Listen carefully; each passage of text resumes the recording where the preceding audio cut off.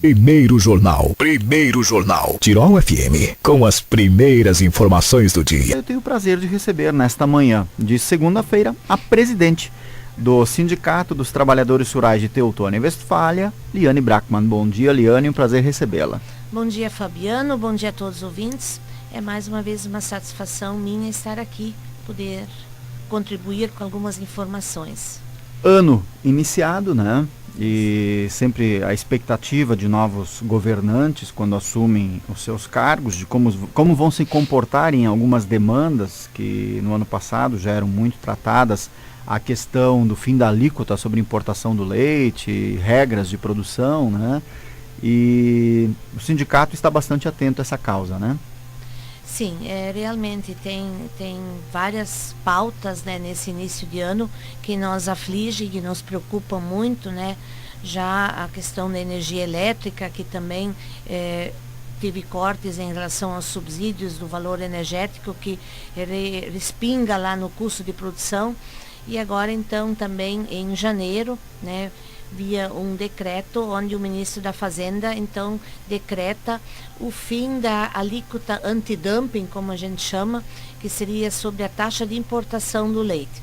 Claro que agora nesse momento está se falando, mas nós não temos isso oficial ainda, que o presidente iria reverter e via um novo decreto, iria formalizar essa alíquota de novo. Então, nós estamos inclusive indo hoje para Porto Alegre também falar disso, mas principalmente também sobre outras questões no leite, que são hoje as instruções normativas, que já são do ano passado também e que entrariam em vigor a partir de 25 de maio, praticamente junho deste ano. No último dia 14, na semana passada, né, o sindicato, juntamente com a cooperativa Languiru, reuniu produtores rurais justamente para discutir essa questão do leite, né? Isso. O foco eram as instruções normativas, ou seja, as alterações em termos de obrigações ou atribuições que o produtor de novo vai ter, principalmente na questão do resfriamento, onde o leite deve cair 3 graus do que é praticado hoje, de 7 para 4 graus, e na indústria deve chegar, hoje é 10 graus, com 7 graus. Isso nos preocupa com o clima que nós temos. Claro que nós vamos estar entrando no inverno, mas em mais investimentos, em mais atribuições para o produtor. Então a gente também se preocupa, dentro dessas normativas tem várias exigências em relação às instalações, aos equipamentos e também em relação à qualidade do leite, que hoje já muitos melhoraram essa qualidade, mas principalmente como o leite deve chegar lá. E o que diz essas normativas, que são as 76 e as 77, que é atribuído ao produtor e à indústria, que se o produtor não alcança 3 meses essa qualidade, essas exigências, a empresa estaria proibida de recolher, ou seja, o leite iria para o descarte. Assim como também na questão dos antibióticos, hoje parece que é feito de duas famílias, como eles chamam, de antibióticos, mas a partir dessas novas normativas, todo e qualquer antibiótico resíduo, por mínimo que seja, o leite estaria descartado. Isso, consequentemente, também para a indústria daria um custo mais alto, porque parece que esses testes são bem caros. Então, várias exigências, assim, resumindo, dentro de 2 normativas a partir de maio e junho deste ano, em 2019. Por isso, nós vamos hoje tarde se reunir em Porto Alegre com essas propostas que saíram da reunião da cooperativa e sindicato que fizemos em conjunto. Outras propostas saíram também de uma reunião da COSUEL, e a nível de estado nós vamos tentar construir proposta hoje de tarde para em comissão ser levado para Brasília, para a ministra, inclusive para a Casa Civil, para ver se nós podemos flexibilizar ou no primeiro momento prorrogar a entrada dessas 2 normativas, porque hoje a gente está muito preocupado, dados técnicos que foram apresentados pela cooperativa Languiru, se tivesse que ser aplicado hoje, 50% dos nossos produtores de cooperativas, tanto COSUEL como Languiru, estariam fora do processo. Isso nos preocupa, é uma atividade econômica, claro que tem suas crises, suas oscilações, até estaria assim apresentando hoje um quadro de melhora em relação ao preço, mas que nos preocupa se mais um percentual tiver que sair dessa atividade.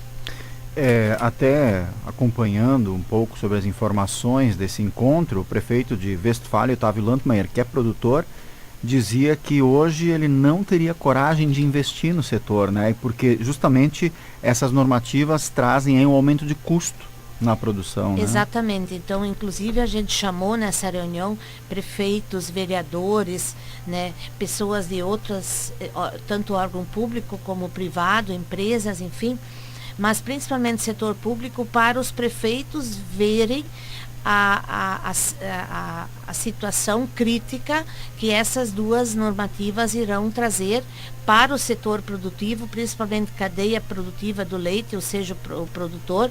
Claro que a indústria também vai sentir, mas também os municípios vão sentir se parte dessa renda deixar de circular dentro dos municípios. Então, inclusive os prefeitos estão convidados para hoje de tarde. Lá em Porto Alegre, vários entes, né, ligados à pesquisa, à assistência técnica, a FAMURS, enfim, a Associação dos Municípios, todos vão estar lá, porque é hora de unir e argumentar e justificar que no momento os nossos produtores não têm condições para cumprir isso. Pelo menos 50% estariam fora. Nós precisamos de um período maior e principalmente de uma flexibilidade, né? Porque dentro de um país que tem subsídios, ou, né, que nem a Alemanha mas também tem climas diferentes. Pode ser que lá a prática funciona, mas aqui o Brasil é outra realidade, nós não temos os subsídios, e aí entra a questão da alíquota também de importação. Nós não podemos admitir, né, que um ministro faça isso assim, sem debate, sem escutar o setor, e simplesmente elimina uma taxa de 14,8% que o mercado da União Europeia pagava para colocar leite aqui dentro. Simplesmente extingue. E nós sabemos, a informação que nós temos, que tem toneladas de leite em pó estocada na União Europeia, esperando algum destino. Sem alíquota de 14,8%, eu não preciso nem questionar. E uma alíquota zero, qual a possibilidade deles jogar esse leite em pó aqui dentro para prejudicar o nosso mercado? Já temos a questão do Mercosul, que hoje não está definido por cotas, só a Argentina, mas o Uruguai deixa livre. A porteira está aberta, como se diz, e entra tudo pela porteira aqui ao lado do Rio Grande do Sul, né? E dá para dizer que esse 25% de toda a importação fica aqui no estado e entra em embate com disputa aqui com os nossos produtores, os nossos mercados. Então nós temos várias propostas também, hoje que queremos levar isso para Porto Alegre, de uma indústria que importa leite. Ela não pode receber incentivos fiscais, porque ela está prejudicando elo da cadeia, ou alguns elos, indústrias menores, e principalmente o produtor nosso, o protagonista aqui, né? Então, hoje é inaceitável que uma indústria de leite venha se instalar aqui, às vezes até uma grande multinacionais, e ela ganha incentivos fiscais, e depois os incentivos ela importa. Então, nós queremos que isso seja fiscalizado e executado, né? Que não recebam mais. Nós temos vários outros, um decreto agora vencendo o final do mês de fevereiro, que é um decreto estadual, que também facilita a entrada, né, do leite do Mercosul, se ele não for renovado. Então, uma série de propostas que nós estaremos levando, mas a princípio o foco seria a prorrogação e a flexibilização das duas normativas, a 76 e a 77. É complicado, a luta continua, né, Liane? Com certeza, porque sim. que nem a senhora falou, é complicado, um ministro vem, não ouve ninguém, simplesmente decreta algo, determina algo e, né, em cima dessa pressão, parece que o presidente Bolsonaro queria remendar ou consertar a questão. Só que aí nós, como leigos no assunto, também nos questionamos como é que fica um país um país que tem que cumprir também dentro do mercado comum internacional, vamos supor assim, coisa que a gente não entende muito bem, as normas do mercado internacional. Um dia vem o ministro e tira, outro dia vem alguém e coloca. Então, na verdade, seria uma atitude lateral que ele vai criar, né? E um dia o Brasil quer exportar alguma coisa para esses países e choca e conflita lá. Então tem esse entendimento também por alguns que entendem desse assunto de mercado mundial e decretos laterais ou unilaterais. Então nós estamos preocupados. Aquilo que já aconteceu com o frango há um tempo atrás, né? Por causa de uma disputa de embaixada, enfim, que a gente não domina muito bem esse assunto, mas parece que já algumas empresas nossas de frango hoje já não exportam mais carne de frango para a Arábia Saudita, por causa de um assunto que de repente poderia ser amenizado via debate. Né? Então, simplesmente quer se mudar a embaixada, esses países disseram, então, nós também não queremos mais a carne do Brasil. E parece que aqui a nossa cooperativa não foi atingida, mas já sabemos que 2 grandes empresas deixaram de exportar 30% do carne de frango por causa de uma disputa, né? É difícil, vamos lá. Mas o sindicato também é preocupado em relação à manutenção aí da questão sindical, né, em defesa dos produtores, também proporciona um encontro de formação sindical. Exato, nós criamos, então, como nós estamos indo para já fomos, né, empossados para uma nova gestão no início de janeiro, também o Conselho de Lideranças, em parte, foi renovado, atualizado, e nós trabalhamos essa semana passada com o Conselho de Lideranças o tema movimento sindical dentro da conjuntura atual. Né? Então a gente sabe que alguns direitos dos sindicatos já foram tirados em emissão de documentos. Né? Nós sabemos que nós temos a reforma previdenciária lançada na íntegra essa semana, mas a gente já sabe a proposta do governo, que é 65 anos os homens e 62 as mulheres. Então a luta, como você falou, ela recomeça, ela é contínua, e nós vamos retornar à mobilização. Então a gente trabalhou um pouco dentro dessa lógica de como praticar movimento sindical numa conjuntura diferente ou até com certos desafios e riscos, né, em termos de retrocesso de direitos. Como nós temos que agir a partir de agora, com argumentos, com justificativas, para ver se a gente é escutado e partir a partir dali para a mobilização. Então o tema, a esperança foi o tema desse encontro, mas não aquela esperança de ficar sentado para ver o que acontece, e sim aquela esperança que está atrelado ao mobilizar, ao se movimentar para que as coisas não aconteçam lá adiante, né? Então a gente está nesse clima de ter esperança ao mesmo tempo, mas com movimento, com mobilização. Né? Isso é uma frase sábia, inclusive, de Paulo Freire, né? Que a gente tem que ter esperança, mas não se atrelar ao esperar. Né? Então, é muito desafiador esse novo momento, mas nós, ao mesmo tempo, que temos que ter convicção e acreditar na nossa força de mobilização de sindicatos. Então, esse foi o desafio, e a partir dali, para mobilizar e motivar as nossas lideranças, o nosso quadro social, para a nova fase que a gente inicia, que é encarar a reforma da Previdência com muita coragem e tentar argumentar que não haja retrocesso para nós agricultores e também para a população no geral. Sem dúvida, até há pouco, antes de colocar o bloco comercial para a gente vir conversar, eu estava dando a informação, porque na época, antes de o nosso presidente atual agora ser candidato, estar apenas como pré-candidato, ele se posicionava completamente contrário ao que ele agora, digamos, assinou para encaminhar. Então isso às vezes me preocupa, porque quando eu estou de um lado eu me posiciono com tanta veemência numa situação, e depois quando eu estou com a caneta na mão eu simplesmente não honro aquilo que eu também achava. Mas eu acredito que lançam isso também porque vai haver muita discussão na Câmara dos Deputados, sem dúvida. Isso não vai ser aprovado a toque de caixa. Agora, né? O debate começa. O debate começa agora. O debate, a pressão, né, a articulação, enfim. Tudo e se também inicia.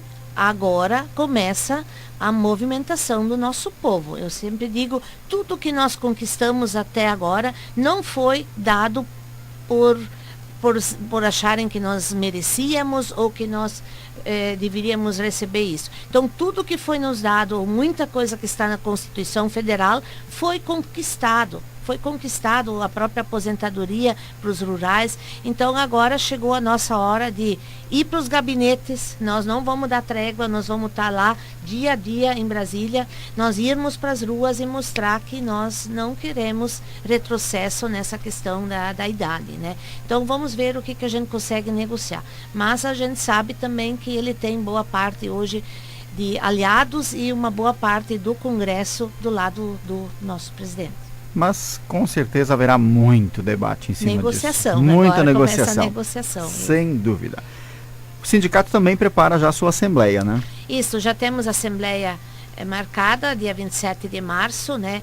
Antes disso, nós vamos ter aí no Encontro das Mulheres a nível regional, aqui em Teutônia, esse ano, lá no Minicampo, e a nossa assembleia vai ser lá na Sociedade Fluminense. Então, no decorrer do tempo, a gente vai estar divulgando, mas já o 8 de março é logo ali, então nós estamos esperando, temos uma tendência assim de termos 1.000 mulheres aqui no dia 8, né, de 19 sindicatos, 27 municípios, né, também esse ano com espírito de, claro, festivo, porque merecemos festejar principalmente o reconhecimento das mulheres, o avanço nos sindicatos, na vida das propriedades, enfim, mas também ele vai ter caráter mobilizador. Nós vamos estar com várias turmas de mulheres e comissões de frente a empresas.